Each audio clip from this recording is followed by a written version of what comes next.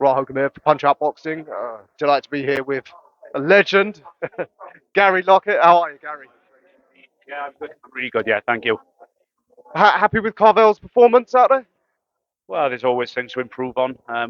In general, I think if you look, he fought a kid with a winning record, and he had to battle hard to win the fight. Then he takes a lot of positives out of that, and he learns from it. Whereas if he box one of these journeymen who just run around the ring with their hands up and don't want to get stopped, I mean, that doesn't teach him anything, does it? So I think even though it was a tough fight and there's things to improve on, I'd much rather that he's had a fight like that early.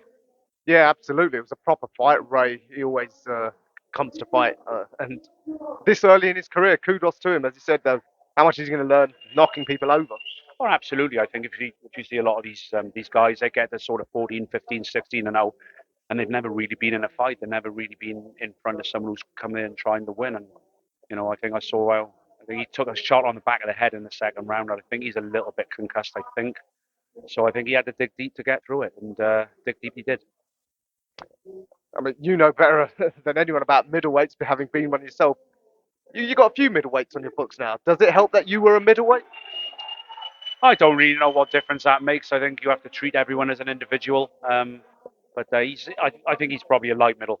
Carvell, he probably makes 11 stone, but he's good. He's got a big frame. He can box a little bit. I don't think you saw the best of him tonight. I just think that Ray just sort of caught him cold and basically surprised him with his tactics and his never say die attitude. But listen, he'll improve from that and he'll come better.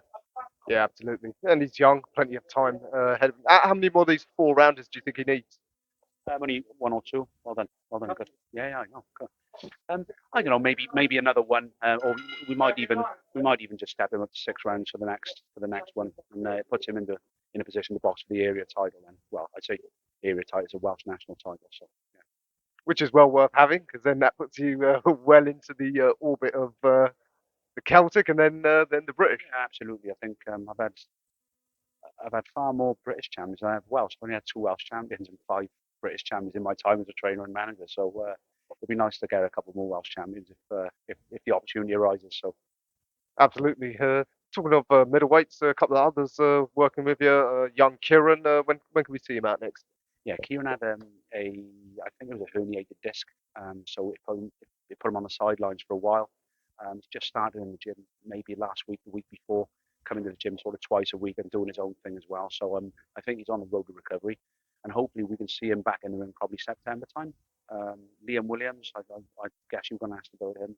There's a few things going on in the background at the moment. I know Aaron McKenna called him out last night after that performance. Um, yeah, it's a fight we'd definitely be interested in. And it's a fight, there's been a bit of bad blood with them in the past. So let's get it on. Obviously, Liam wants to fight. I think Aaron wants to fight, and I know that Sky are able to put it on, and they want the fight as well. So it'd be a cracking matchup, I think. Yeah, absolutely. Yeah, star-wise, I'm sure they'd mash up well. And you're happy, confident that Liam, even at this stage, he can deal with McKenna and get back into the big fight. No, absolutely. I think if we take the Eubank fight out of it, there were things going on in his private life and a situation he went in the ring with when he never should be in the ring. And if if he was with me and I knew about what happened, I wouldn't have let him in the ring. And I don't think anybody, if they knew what was happening, would have let him in the ring. But look, let's draw a line under that. He was beaten fair and square that night, and I think he thought about the purse and he thought about the fight instead of thinking about his health.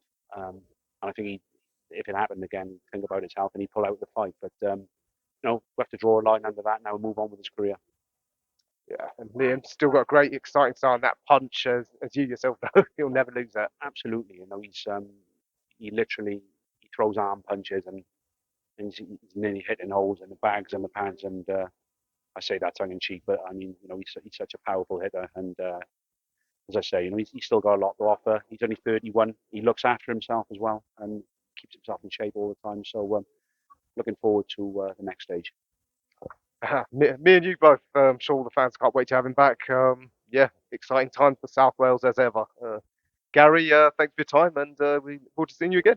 My man, always a pleasure. Thank you.